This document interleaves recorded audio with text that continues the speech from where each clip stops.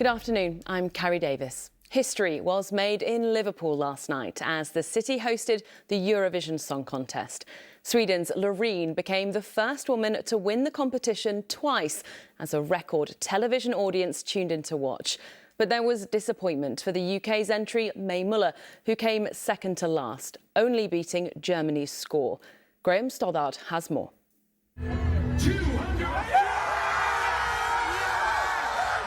After months of build-up, the ecstatic release.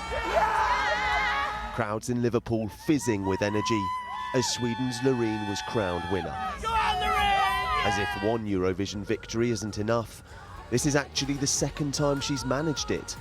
11 years on from first taking the crown, her song Tattoo earning her a place in the competition's history books. Only the second person ever to do it, and the first woman, she was very nearly rendered speechless. Right now everything feels surreal. Like I can't really, I'm seriously overwhelmed. So you have to ask me that question tomorrow, darling. She saw off stiff competition from the likes of Finland, who won the hearts of the voting public. We have a winner! It's Loreen. It's Loreen. But it was the national juries that nudged Loreen to the top. The show was opened by last year's Ukrainian winner Kalish Orchestra, joining them a royal special guest, a piano segment by the Princess of Wales. However, it wasn't the host country's night, the UK's May Muller ending second from bottom. But it was Liverpool's time to shine.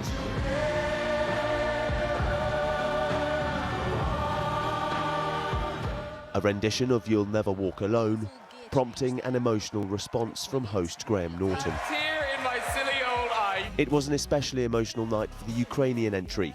The country's foreign ministry confirmed the performer's hometown was hit by Russian missiles minutes before they were on stage.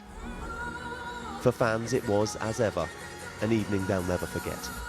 I'm so happy! It's amazing! Fantastic evening! Whole day! Amazing! Sweden's victory means Eurovision 2024 will be held there.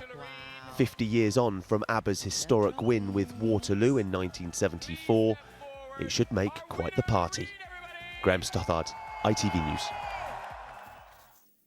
The leader of the largest nurses' union is urging the government to restart pay negotiations. The government has offered a 5% increase, but this has been rejected. The RCN says the deal needs to start off in double digits. But this morning, the Energy Secretary, Grant Shapps, said they had already offered a great settlement. I think it's absolutely extraordinary that Pat Callum's now come back and said, no, actually, second thoughts, don't accept that. I mean, we had a settlement, we have a deal, and that's what we need to get on with, to get that £5,000 into hard-working nurses' pockets this year. Voting is underway in Turkey as President Erdogan faces the biggest challenge to his rule in his 20 years in power. 6 opposition parties have united against him in pivotal elections, backing Kemal Kılıçdaroğlu as their candidate. Now, in the next couple of hours, Chelsea and Manchester United face off in the Women's FA Cup final at a sold-out Wembley. Chelsea are aiming to win for the 3rd year running, and United are playing in their first ever final. Around 90,000 people are expected to attend, and fans say it's quite the occasion.